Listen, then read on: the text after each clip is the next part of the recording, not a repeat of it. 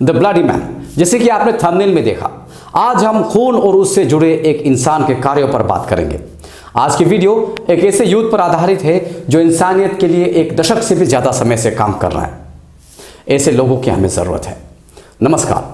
वैसे पिछली वीडियो में भी मैंने एक ऐसे शख्स के बारे में आपको बताया था, ओमक नितिक, जो वोट फॉर कैश के खिलाफ मुहिम चला रहा है, अकेले पदयात्रा कर रहा है, पैदल मार्च। इस बार का हमारा नायक भी एक मिशन पर है और ये मिशन सीधा जिंदगी और मौत का है। इनसे जब मेरी पहली मुलाकात हुई तब से मैं इनके काम का बहुत बड़ा प्रशंसक हूँ। एक खाता पीता घर का लड़का, जिनकी उम्र के लड़के अभी बाइक और गाड़ियों में मौज मस्ती कर रहे हैं, वो लोगों के लिए, समाज के लिए अपने भविष्य को दांव पर लगाकर, जिंदगी को दांव पर लगाकर जरूरतमंदों की, बीमारों की, बुजुर्गों की सेवा में जुट गए। जिनकी इन्होंने आज तक मदद की ना, उनमें से ज़्यादातर लोग तो इन्हें जानते भी नहीं हैं और ना ही वे इन्हें जानते हैं। फिर भी उन्होंने कईयों की मदद इसलिए सिर्फ की क्योंकि वे भी इंसान हैं। जब मैंने इन्हें जाना, इनसे बातें की, तो इन्होंने मुझे उनके बारे में बहुत कुछ बताया। तब मुझे लगा कि इन जैसे लोगों को आपको जानना चाहिए। हीरो बनने के लिए किसी की पिटाई करना ज़रूरी नहीं है। रमेश जेके इनका नाम है। ये अरुणाचल प्रदेश के अपर सुबनसिरी से बिलोंग करते हैं। ये एक एनजीओ भी चलाते हैं जिसका नाम है अरुणाचल लाइफ सेविंग फाउंडेशन। इस संस्था के दरअसल अरुणाचल लाइफ सेविंग फाउंडेशन के ये चेयरमैन हैं। इनसे मेरी मुलाकात रेड क्रॉस सोसाइटी के एक प्रोग्राम में हुई थी। उस प्रोग्राम में रोज़ की तरह मैं एंकरिंग कर रहा था और ये अपना काम कर रहे थे। फिर हमारी कई दफ़ा इन जैसे प्रोग्राम्स में मुलाकात होती गई। एक रोज़ जब उनसे यूं ही फुर्सत में मैंने बातें की तो सोचा इनकी बातों को आप तक पहुंचाना चाहिए। ये संस्था जो अरुणाचल लाइफ सेविंग फाउंडेशन है, ये ब्लड डोनेशन कैंप्स चलाकर समय में लोगों को खून दिलवाकर लोगों की जानें बचाती है। इसके अलावा ये अनक्लेम बॉडीज़ को भी बरी या फिर क्रीमेट करवा देती हैं। और तो और ये अबैंडन ओल्ड एज सिटीजन, जो बुजुर्ग होते हैं, जिनका ख्याल लोग नहीं रखते, उनका ख्याल रखती है, उन्हें पनाह देती है। ज़रूरतमंदों को ऑर्गेन डोनेशन दिलवाना, खास करके किडनी, पार्टियों में बचे खाने को जमा कर भूखों को खिलाना, बचे हुए जो मेडिसिन इस्तेमाल नहीं हुए हैं उनको ज़रूरतमंदों तक पहुंचाना, ये इनके कामों के कुछ झलकियां हैं। और इसे लंबे समय तक चलाना बहुत बड़ी खूबी। मैं चाहता हूं कि इनकी कहानी आप इनकी ज़ुबानी सुने, रमेश की ज़ुबानी सुने। ये एनडीए यानी नेशनल डिफेंस एकेडमी का एक स्टूडेंट था और किस तरह इन्होंने अपने करियर को छोड़ा, ये कुछ इस तरह बताते हैं। एक्चुअली इंस्पिरेशंस जो मेरा जो ब्लड डोनेशंस जो मोमेंट है, जो मैंने शुरुआत किया था, इसमें एक बहुत बड़ा एक हादसा मेरे साथ हुआ, जिसकी वजह से कहीं ना कहीं मेरे मन में एक बहुत बड़ा सवाल आया। और कहीं ना कहीं उस सवाल ने और उस जो हालात ने और उस जो घटना ने मुझे इतना कन्विंस कर लिया कि मुझे वो एक्टिविटीज़ को, यानी कि ब्लड डोनेशंस को, मुझे अरुणाचल में मुझे शुरुआत करना पड़ा। हर इंसान की, हर स्टूडेंट्स की, हर बच्चे की अपने एक सपना होता है। मेरी भी अपने एक सपना था, मेरे भी अपने एक एम्बिशंस था कि पढ़ लिख लूँ, कुछ बन जाऊँ, उसके बाद माता पिता को देखूँ, उसके बाद शादी करूँ, बच्चे पैदा करूँ, बस ऐसे ही ज़िंदगी गुजारने का बस मेरा भी एक ऐसा कंसेप्ट था। तो उसी को लेते हुए मैंने 12वीं के बाद, क्लास 12 के बाद मैंने नेशनल डिफेंस एकेडमी के मैंने एग्ज़ाम क्लियर किया। और जब एनडीए मैंने ज्वाइन किया, और ड्यूरिंग एनडीए के समय में मैंने हमारे जो इंस्टीट्यूट में, आर्मी इंस्टीट्यूट में एक बहुत बड़ा ब्लड डोनेशंस की कैंप हुआ। तो उस दौरान मैंने बहुत बड़ा आर्मी ऑफिसर्स को मैंने पूछा कि ब्लड डोनेशंस क्यों है, किस लिए है, ब्लड डोनेशन किस लिए देना चाहिए। तो हमारे सीनियर्स ने कहा कि ब्लड डोनेट करने से क्या बेनिफिट्स होता है, उनकी क्या फ़ायदा है, बहुत सारा मुझे बताया। तो कहीं ना कहीं वो कैंप्स और वो सर की कहने से मैं बहुत मोटिवेट हुआ।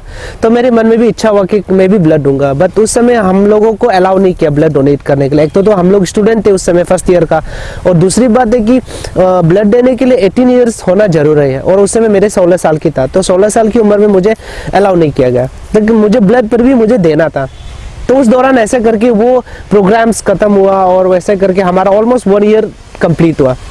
और उस 1 ईयर के दौरान जब मुझे छुट्टी मिला तो मैं अरुणाचल लौट के आया। और जब अरुणाचल लौट के आया तो मन किया कि यहाँ तो मैं अपने स्टेट में अपने लोगों के लिए मैं ब्लड डोनेट में करना चाहता हूँ और मैं करूँगा।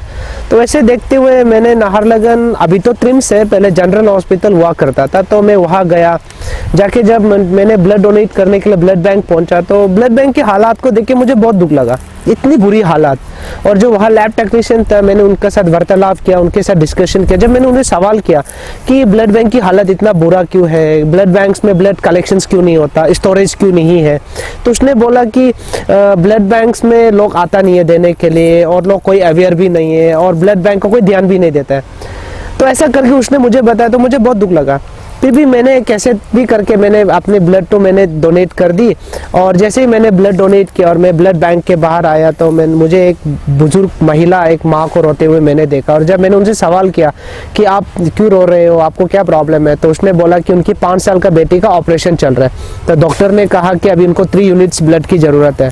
तो अक्सर क्या होता है ना, लोग पढ़ा लिखा लोग भी ब्लड के नाम सुन के डर जाते हैं, लोग बहुत सारे एक्सक्यूजेस बहानाबाजी करते हैं। और वो बेचारा हो तो दूर दरार से आया हुआ एक अनपढ़, एक बुरी माँ, तो उनको तो सोचो उनका मन में क्या चला होगा, बट उसको कैसे भी तो करके अपना बेटी का ज़िंदगी बचाना था। बहुत लोगों के सामने में हाथ जोड़ा, पैर पकड़ा, किसी ने भी आगे नहीं आया। जब मुझे पता चला मैंने भी बहुत लोगों को कन्विंस किया, कोई आगे नहीं आया। उस दौरान उस 5 साल की बच्चे की मृत्यु हो जाती है, डेथ हो जाती है, और वो माँ अपने बच्चे की डेड बॉडी को अपने गोद में लेके उस अस्पताल से बाहर निकालता है। तो उस समय मैंने एक तो देखा कि ब्लड के कारण जो बच्चा मर गया, और दूसरी एक सबसे दुखद वाला जो सिचुएशंस था, दुखद वाला जो सीन था, वो माँ कितनी उम्मीद से कैपिटल में आया होगा कि उनके बच्चे की ज़िंदगी बचेगा, लेकिन उसकी उम्मीद टूट के वहाँ बिखर के मतलब समेट ही नहीं पाया हो। और वो सिचुएशन और वो घटना मुझे बहुत प्रेरित किया, बहुत मोटिवेट किया, बहुत इंस्पायर किया और बहुत दुख भी दिया कहीं ना कहीं। तब मैंने डिसाइड किया कि कुछ भी हो जाए, हमारे अरुणाचल में ब्लड की कमी के कारण से कोई नहीं मरेगा, सबको ब्लड मिलना चाहिए। लेकिन उस समय मेरे लिए चैलेंजेस था कि या तो मैं अपना कैरियर को कंटिन्यू करूं या मैं अपना ब्लड डोनेशंस की इस एक्टिविटीज़ को लेके चलूं। तो मैंने अपना डायरेक्टर जनरल से बात की, तो उसने बोला कि बेटा आप दोनों को साथ नहीं ले जा सकता, आपको एक को चॉइस करना होगा।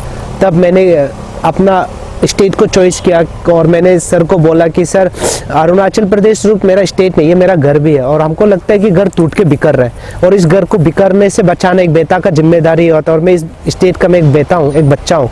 तो मैं ब्लड डोनेशंस का काम को मैं चुनता हूँ। अगर मैं अकेला अपना कैरियर छोड़ देने से किसी को कोई फ़र्क भी नहीं पड़ेगा। तो मैं ऐसा कह के मैंने 2008 एंड 26 नवंबर को मैंने इस ब्लड डोनेशंस की एक्टिविटीज़ मैंने शुरू की। बस उस माँ की एक आंसू की वजह से, उस माँ की हालात की वजह से, उस माँ की उम्मीद की टूटने की, बिखरने की वजह से मैंने ये काम शुरू किया। तो मैं सोचता हूँ ये मेरा सबसे बड़ा टर्निंग पॉइंट रहा। कहते हैं इनकी फैमिली इनके इस डिसीजन से खुश नहीं थी, आपको सुनी। जब मैंने शुरुआत किया था तो मैंने इतना ब्राइट कैरियर छोड़ दिया था, तो मेरे पेरेंट्स ने पॉकेट मनी बंद कर दिया, मुझे पॉकेट मनी देना बंद कर दिया, रेंट का पैसा पे करना बंद कर दिया। तो उसने कहा कि बेटा तुमने इतना बड़ा कैरियर को छोड़ के अगर तुम समाज के लिए करना चाहता है तो समाज से मांग के खाओ। तो उसने मेरे पिताजी ने, पेरेंट्स ने मुझे पॉकेट मनी बंद कर दिया। तो मैं समझता हूँ मेरे मम्मी पापा ने पॉकेट मनी बंद करके अच्छा किया। मैं शायद उस वजह से मैं यहाँ तक पहुँच पाया हूँ, और हर माता पिता यही करेगा। अगर मैं भी माँ पिता होता, कल मैं भी सोचूंगा कि मेरे बच्चे पढ़ लिख के बड़ा कोई सरकारी अफसर बने, मैं भी चाहूँगा। तो मेरे माता पिता गलत नहीं, और मेरे माता पिता ने जो किया बहुत अच्छे किया। और उस दौरान जब पॉकेट मनी बंद कर दिया तो मैं बताना चाहता हूँ कि नाहरलगन टू ईटानगर में फुट मार्च करता था पैदल, क्योंकि मेरे पास ट्रैकर को पे करने के लिए मेरे पास 10 रुपया नहीं हुआ करता था। मैं जब भी मुझे ब्लड के लिए कॉल आता कि बेटा मुझे ये ब्लड ग्रुप चाहिए, भाई मुझे ये चाहिए, तो मैं उस इंसान को मैं नहीं जानता वो कौन सा कम्युनिटी से बिलोंग करता है या कौन सा रिलीजियस से बिलोंग करता है, पता नहीं रहता। बस मन में रहता है कि कोई तो तकलीफ में है, उनको जाके मदद करना है। बस मैं उनको बिना कुछ बोले मैं फुट मार्च करके ईटानगर से नाहरलगन जाता, ब्लड देता, फिर फुट मार्च करके मैं वापस आता। एक घटना तो ऐसे हुआ कि 2009-10 की बात है, जब मैं रात को मुझे कॉल आया 8 बजे के आसपास, तो मैं नाहरलगन गया ब्लड दे के। जब आधी रात को मैं लौट के आया, लगभग 1 बज गया था, तो उस दौरान आया था। तो आप देखेंगे ईटानगर और नाहरलगन के बीच में एक पत्थर तेलने वाली एक मूर्ति है 6 किलोमीटर के आगे। तो वहाँ पे कुछ 6 से 7 लड़के बैठा हुआ था, और उसने मुझे बुलाया सामने में और बोला कि हम लोगों का ड्रिंक खत्म हो गया, ड्रिंक पीना है, तुम्हारे पास पैसा है दो करके। तो मैंने बोला कि अगर मेरे पास पैसा होता तो मैं ऐसे क्यों फुट मार्च करता ना, और मैं इसके लिए मैं नाहरलगन गया था, अभी ऐसे घर है तो पैदल जा रहा है। तो उन लोग ने बात माना नहीं, और उन लोग ने मुझे बहुत खूब पीटा और पीट के रोड के साइड में बहुत एक हैवी एक ड्रेन था, नाला, मुझे डाल दिया। अभी तो हाईवे बन गया, आप नहीं दिखेंगे, लेकिन पहले जब सिंगल वे था तो साइड में एक बहुत बड़ा ड्रेन, बहुत डीप एक ड्रेन था, मुझे वहाँ डाल दिया और खून से लथपथ, और मेरा बहुत बुरा हालात हो गया और बहुत ठंड के मौसम में। और उस दौरान मैं रात भर सुबह तक मैं उस नाले में पड़ा रहा। सुबह जब गाड़ी चल रहा था तो मैंने आवाज़ लगाया तो एक टाटा मोबाइल वाले ने रुका और मुझे रस्सी नीचे फेंक के मुझे उठा के मुझे आर.के. मिशन हॉस्पिटल ड्रॉप किया। तो ऐसे भी मेरे साथ सिचुएशन पड़ा, फिर भी मैंने हिम्मत नहीं आ रहा, नहीं मुझे करना है तो मुझे करना है। तो इस प्रकार का चैलेंजेस मुझे मिला। कुछ लोग ब्लड देते हैं तो बहुत सारा आशीर्वाद देते हैं, नहीं दे पाते तो बहुत सारा गालियाँ मिलते हैं, यार क्या उसने तो कुछ मदद नहीं की। आज भी होता है कि जिसके लिए करता है वो बहुत सारा दुआएं देते हैं, आशीर्वाद देते हैं, नहीं कर पाते हैं तो बहुत सारा गालियाँ देते हैं, वो तो ऐसे नाम का NGOs चलाते हैं, नाम का ऐसे ब्लड डोनेशन कैंपेन करते हैं, हमको तो मदद नहीं किया, आज भी कहते हैं। लेकिन ऐसा चैलेंजेस रहेगा ही, आप अच्छा करेंगे तो बुरा ही आपके सामने में आएगा ही। तो इस प्रकार का चैलेंजेस तो रहा है, आज भी है, चैलेंजेस तो आगे भी रहेगा। इन्होंने अभी तक अरुणाचल प्रदेश में 3856 कैंप्स लगाए हैं, जहां 8 लाख ब्लड यूनिट्स कलेक्ट किए गए हैं। और इस दौरान मैंने अभी तक लगभग 3856 कैंप्स मैंने इस 13 साल में मैंने कैंप्स लगाया है और लगभग 8 लाख के आसपास मैंने ब्लड यूनिट्स कलेक्शंस किया है। 13 साल से रमेश इस मिशन में है और उनकी सोच कुछ इस तरह है। अभी मेरे जो ब्लड डोनेशंस की जो एक्टिविटीज़ है लगभग 13 साल मैंने बिताया है और इस 13 साल ने मुझे बहुत कुछ सिखाया है और बहुत कुछ दिखाया है। लेकिन ये 13 साल बोलने में और सुनने में बहुत ज़्यादा लगता है, लेकिन ब्लड एक ऐसा कंपोनेंट है, ऐसा एक सब्जेक्ट है कि जो इसकी जो ज़रूरत है वो दिन ब दिन बढ़ते जाता है, क्योंकि ब्लड बनाने का कोई मैकेनिज्म नहीं है, कोई अलग से उनको नहीं मिलता। अगर हमारे पास पैसे है तो बहुत दामी से दामी आपको मेडिसिन मिल जाएंगे, लेकिन आप ब्लड नहीं मिल सकता। तो ब्लड की जो ज़रूरत है वो चलते रहेंगे। जो अभी मेरा 13 साल है, मुझे लगता है कि मुझे 20, 25, 30 साल भी मुझे निकालना पड़ेगा, तो भी मैं निकलूँगा, तो भी मैं करूँगा। अभी तो 13 साल मेरा कंप्लीट हुआ है। उनका कहना है अभी तक सरकार की तरफ से कोई ज़्यादा खास पहल नहीं आई। सरकार से तो ऐसा कोई मुझे सपोर्ट नहीं मिला, लाइक ग्रामीण एड्स और कोई फाइनेंशियल सपोर्ट्स, ऐसा कुछ नहीं मिला। 13 साल मैंने जो भी किया मैंने वॉलंटरली अपने से किया, अपनी इच्छा से किया और अपनी खुशी से किया। और बहुत लाइक माइंडेड लोग हैं जो मेरी काम को समझता है, निहारता है, इनकरेज करता है, वो अपनी तरफ से जो कंट्रीब्यूट करते हैं उसी के माध्यम से मेरा काम चलता है और अभी तक चला है। तो फिलहाल तो सरकार की तरफ से किसी प्रकार का कोई फाइनेंशियल ग्रांट्स एंड एड्स तो मुझे मिला नहीं। हाँ, लेकिन सरकार की तरफ से मुझे रिकॉग्नाइजेशन काफ़ी मिला है। मुझे 2017 को मुझे गोल्ड मेडल से सम्मानित किया, फिर 2019 को यंग अचीवर अवार्ड्स दिया और मुझे नेशनल यूथ अवार्ड्स भी मुझे मिला। तो इस प्रकार का मुझे काफ़ी अवार्ड से मुझे सम्मानित किया गया है, रिकॉग्नाइज किया गया। तो इसके लिए तो मैं राज्य सरकार को और भारत की सरकार को मैं तहे दिल से मैं धन्यवाद देना चाहता हूँ कि उसने मुझे इस योग्य समझा, इस काबिल समझा कि मैं उस जो रिकॉग्नाइजेशंस का और उस जो अवार्ड्स का मैं एक पात्र बन सकूँ और उसका मैं लायक बन सकूँ। तो उस चीज़ के लिए मैं सरकार, भारत सरकार और राज्य सरकार को मैं तहे दिल से मैं धन्यवाद देना चाहता हूँ। हालांकि रमेश स्वर्गीय कालिका पुल के योगदानों को कुछ इस तरह याद करते हैं। तो अरुणाचल में जब ब्लड डोनेशंस की मैंने एक्टिविटी शुरू किया तो उस दौरान अरुणाचल में ब्लड बैंक का नामो निशान ही नहीं था। मतलब पहले तो ब्लड बैंक नहीं था, दूसरी बात है कि लोगों में बिल्कुल अवेयरनेस नहीं था, तीसरी बात है कि लोग ब्लड देने का कोई सेंस नहीं था। तो उस दौरान मैंने सोचा कि सबसे पहले तो ब्लड बैंक का स्थापना जरूरी है, इस्टेब्लिश जरूरी है। तब मैंने सोचा कि नहीं, कुछ भी करके अरुणाचल में ब्लड बैंक होनी चाहिए। तो मैं उस शख्स के नाम को मैं आज बहुत प्राउडली मैं लेना चाहूँगा। हम लोगों का जो पूर्व जो मुख्यमंत्री जो आज हमारे बीच में नहीं है और 2016 और 2014 को यानी 2014 को मिनिस्टर हेल्थ भी रहा कालिका पुल सर, और वो सर को बस मैंने बस अपील किया और कहीं ना कहीं किसी ने उसको मेरे बारे में बताया तो उसने मुझे ऑफिस पे बुलाया और मेरे साथ वार्तालाप किया। सोच के दे, एक ऑनरेबल मिनिस्टर और एक 16-17 साल के बच्चे को अपने ऑफिस पे बुलाते हैं और वो मेरे साथ डिस्कस करते हैं कि बेटा आप ये कर रहे हो, आपको क्या ज़रूरत है। मैंने बोला कि सर मुझे कुछ नहीं है, बस मैं चाहता हूँ कि अरुणाचल में ब्लड बैंक होनी चाहिए। आपके शुद्ध ब्लड बैंक रामकृष्ण मिशन में है। उस समय में नाहरलगुन जनरल हॉस्पिटल जो अभी ट्रिम से 19 ईयर से लाइसेंस रिन्यू नहीं था, तो मैंने बोला कि एक तो ट्रिम नाहरलगुन जनरल हॉस्पिटल का लाइसेंस को रिन्यू जैसे भी करवाइए, और तीसरा है कि डिस्ट्रिक्ट्स में ब्लड बैंक होने चाहिए। लोग दूर दरार से ब्लड, सिर्फ एक यूनिट ब्लड के लिए ईटानगर आते हैं, कुछ लोग रास्ते में डेथ हो जाते हैं। लोग ब्लड के लिए क्यों कैपिटल आएगा? वो अपना अपना कंसर्न हॉस्पिटल में ब्लड ट्रांसफ्यूजन करना चाहिए, अपने कंसर्न हॉस्पिटल में ब्लड बैंक्स होनी चाहिए। लेकिन ये दुख की बात है कि ना हमारा एडमिनिस्ट्रेशन इसके बारे में सोचा, ना हमारे जो बोल सकते हैं बुद्धिजीवी, जो हमारे सीनियर्स जो उस समय के डॉक्टर्स थे, इनके बारे में ना किसी ने सोचा। तो मैंने उसको ये दुख बताया, तो मैंने बोला कि सर होना चाहिए। तो मैंने, वो सर ने बोला कि कहाँ, मैंने बोला कि उस डिस्ट्रिक्ट जो ओल्ड डिस्ट्रिक्ट है, पुराना डिस्ट्रिक्ट है, जैसे हमारा अपर सुबनसिरी हो गया, वेस्ट सियांग आलो हो गया, ईस्ट सियांग पासीघाट हो गया, लोअर सुबनसिरी जीरो हो गया, ऐसा करके मैंने नाम बताया। तो उसने, आप बिलीव नहीं करेंगे, 10 दिन के अंदर में 7 ब्लड बैंक्स को उसने इस्टेब्लिश की, कालीकपूल सर ने तैयार किया। तब मैंने बोला कि सर अगर आप ये कर पाए हो तो मैं भी आपको आश्वासन देना चाहता हूँ कि आप ब्लड बैंक्स बना दे, क्योंकि ब्लड बैंक्स बनवाने से ब्लड खुद ब खुद नहीं आ जाएगा, उसके लिए लोगों का अवेयरनेस जरूरी है। तो मैंने बोला कि मैं खुद वॉलंटरली लोगों तक मैं जाऊंगा, पहुंचूंगा, लोगों को अवेयर करूंगा और लोगों को मैं ब्लड देने के लिए मैं तैयार करूंगा। और मैंने तब कालीकपूल सर बोला कि तुम्हारे पास क्या है जाने का? मेरे पास कुछ नहीं है सर, पता नहीं कैसे जाऊंगा लेकिन जाऊंगा। तो उसने मुझे 2014 में एक छोटा सी स्कूटी मुझे गिफ्ट किया, वो मेरे लिए सबसे बड़ा गिफ्ट रहा वो स्कूटी। उस स्कूटी से अवेयरनेस के लिए, आप सोच सकते हो, एक स्कूटी से तवांग जाना, अपर सुबनसिरी दपरिजो गया, आलो गया, पासीघाट आया, उसके बाद पापुमपारे में तो मैं करता ही था। तो उस स्कूटी के दौरान मैंने डिस्ट्रिक्ट टूर की और लोगों को तैयार किया, और लोग उस हिसाब से धीरे धीरे लोग ब्लड देने सीखने लगा। आज 13 साल में आज हजार लोग आज ब्लड देने का सेंस रखते हैं। आज बच्चे से बच्चे बुजुर्ग तक भी आज ब्लड देने का सेंस रखते हैं। और खुशी की बात है कि आज हमारे अरुणाचल में 15 ब्लड बैंक स्टैब्लिश हुआ है। 2-3 सेपरेशन यूनिट, एक आरके मिशन, एक ट्रिम्स, पासीघाट में अभी तक इंस्टॉल उस जो मशीन्स होता है उसको अब तक इंस्टॉल नहीं करा गया है, बाद में करेंगे, इतना मैं उम्मीद रखता हूँ। तो ये अपने में बहुत बड़ी बात है। और कंपोनेंट में बताना चाहता हूँ, हमारे ब्लड में भी अलग प्रकार, किसी को प्लेटलेट चाहिए होता है, किसी को पीआरबीसी चाहिए होता है, किसी को होल ब्लड चाहिए होता है, किसी को पैक्सेल चाहिए होता है। तो उस हिसाब से तो बहुत बार क्या होता था कि किसी को पेशेंट को बोल दे कि आपको प्लेटलेट लेना है, हमारे यहाँ में वो कंपोनेंट नहीं था, लोगों को या तो गुवाहाटी जाना पड़ता था या दिल्ली जाना पड़ता था, आप लोग नहीं जा पाता था। लेकिन आज सोचिए, आज आरके मिशन में, ट्रिम्स में, पासीघाट में आने वाले समय में रहेगा, जीरो में रहेगा। तो सोचिए आज हमारे लोगों को बाहर जाना नहीं पड़ रहा है। तो मैं सोचता हूँ यही मेरे लिए सबसे बड़ी अचीवमेंट्स है हम सब के लिए, as a whole, as a humanity, as a human being, as a Arunachali, ये हम लोगों के लिए बहुत बड़ा अचीवमेंट है। तो मैं आज भी वो अपने जो मिनिस्टर है कालीकपूल सर को तहे दिल से धन्यवाद देना चाहता हूँ। आप जहाँ भी है, जैसे भी, आपकी आत्मा शांति रहे, और अगर आपकी पुनर्जन्म होता है तो आपकी जन्म फिर से एक अच्छा परिवार में और एक अच्छा लाइफ के साथ हो, ऐसा मेरी प्रार्थना ईश्वर से है।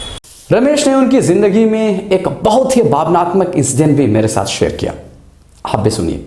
इस ब्लड डोनेशंस के दौरान मेरे इस जो 13 साल की जो यात्रा है, इसमें बहुत सुंदर सुंदर घटनाएं मेरे साथ घटित हुआ।